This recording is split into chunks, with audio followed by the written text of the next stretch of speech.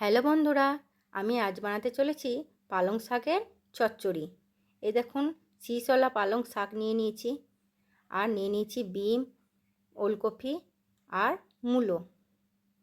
এগুলোকে আমি কেটে নেব। দেখুন বন্ধুরা, এরকম করে কেটে নেব পালং শাক। আর নিয়ে নিয়েছি যে সবজিগুলো ছিল, ওলকপি, তারপরে বিম, তারপরে মূলো। এবার এই সবজিগুলোকে আমি জলে ভালো করে ধুয়ে নেব।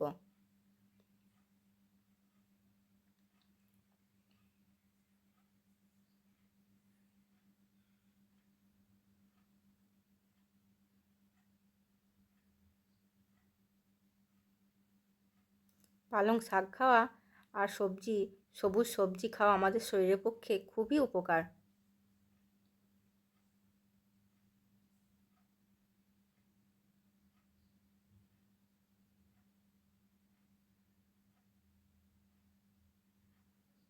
আমার সবজিগুলো ধুয়ে নেওয়া হয়ে গেল।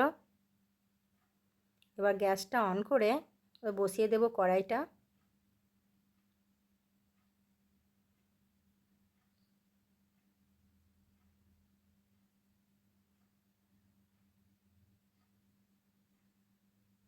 কড়াইয়ে দিয়ে দিলাম সর্ষের তেল।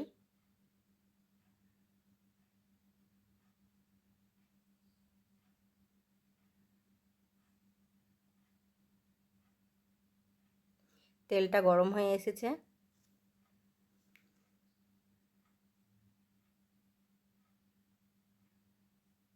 এরপর দিয়ে দেব পালং শাক আর এই সবজিগুলো। প্রথমে সবজিগুলোকে ভেজে নেব।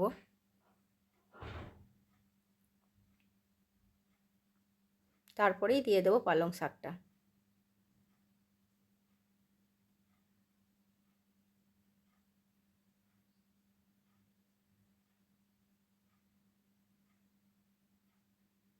সবজিগুলোকে আমি একটু ভালো করে ভেজে নেব।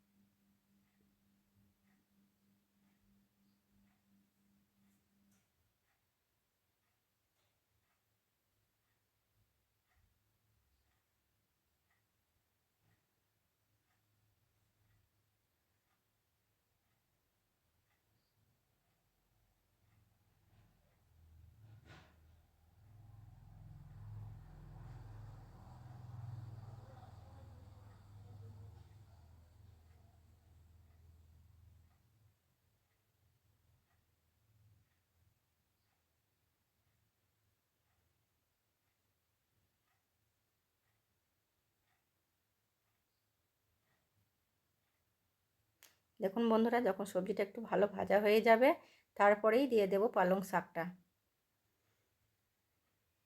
পালং শাকটা দিয়ে দিলাম। এবার এই সবজিগুলোর সঙ্গে পালং শাকটাকে ভালো করে ওই তেলে ভেজে নেব।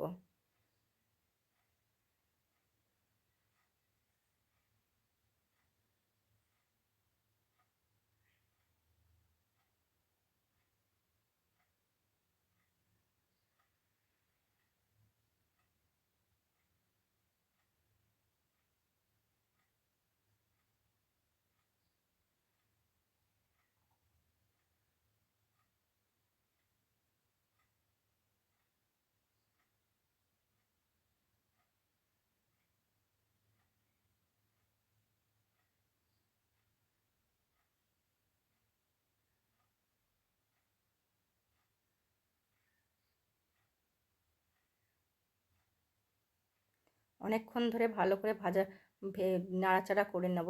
তারপরে দিয়ে দেবো পরিমাণ মতো লবণ, হলুদ,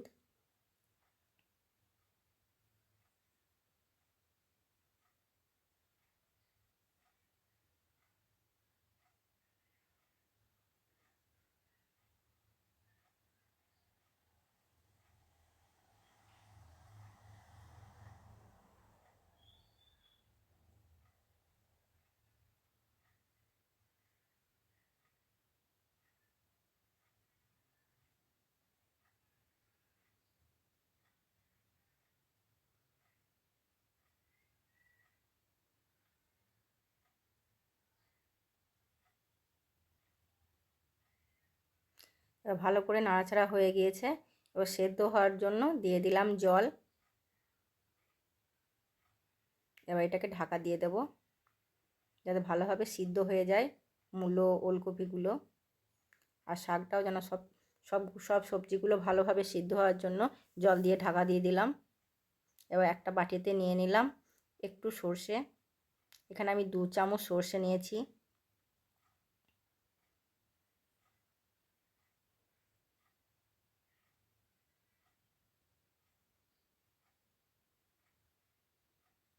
সর্ষেটা আমি শিলনোড়াতে বেটে নেব।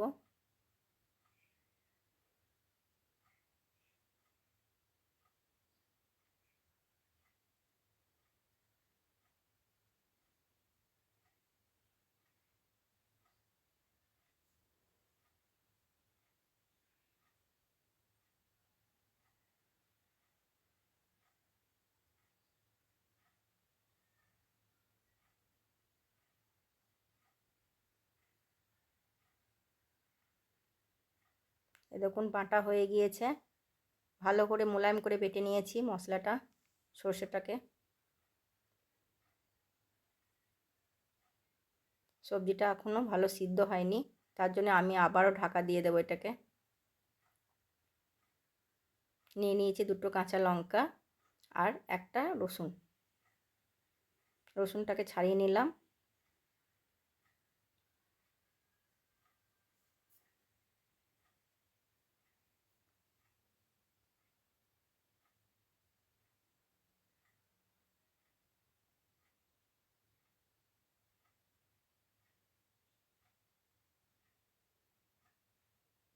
সবজিটা এখনও ভালো সিদ্ধ হয়নি, তার জন্য আবারও ঢাকা দিয়ে দিলাম।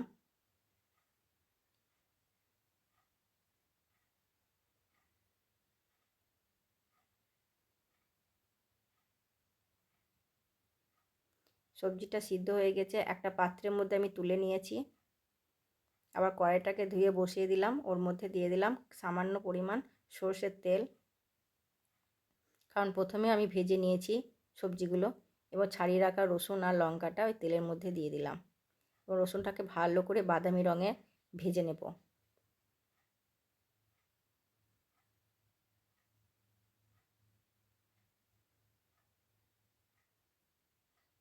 রসুনটা যখন বাদামি রং হয়ে যাবে তখন ওর মধ্যে দিয়ে দেবো সেই সিদ্ধ করে রাখা সবজিগুলো।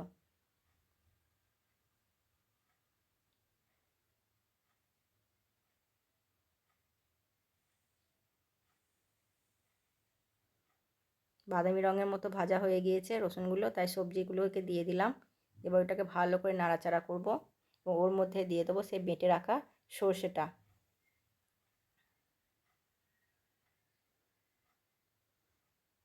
এই দিয়ে দিলাম ও একটু নাড়াচাড়া করব। তেলের ওপরে সর্ষে বাটা দিলে সর্ষেটা তেতো লাগে, তাই সবজিগুলো দিয়ে তার ওপরে দিয়ে দিলাম এবং ওটাকে ভালো করে নাড়াচাড়া করব এবং বাটির গায়ে যে সর্ষেটুকু লেগে আছে সেটুকুতে একটু জল দিয়ে ভালো করে গুলিয়ে ওই সবজির মধ্যে দিয়ে দেবো।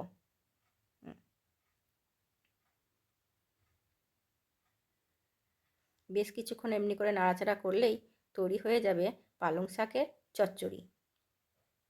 আপনারা চাইলে বড়িও দিতে পারেন, কিন্তু আমি এখানে বড়ি ব্যবহার করিনি। এই দিয়ে দিলাম একটুখানি চিনি। চচ্চড়িতে একটু চিনি দিলে স্বাদটা ভালো হয়, খেতে খুব ভালো লাগে। কারণ লবণ হলুদটা তো প্রথমেই আমি দিয়ে দিয়েছি, আর দ্বিতীয়বার দিইনি। প্রথমেই আমি যেমন লাগবে পরিমাণ মতো দিয়ে দিয়েছিলাম। এই তৈরি হয়ে গেল আমার চচ্চড়ি পালং শাকের। ভালো করে নাড়াচাড়া করে নামিয়ে নেব। আমার চচ্চড়ি তৈরি হয়ে গেছে পালং শাকের।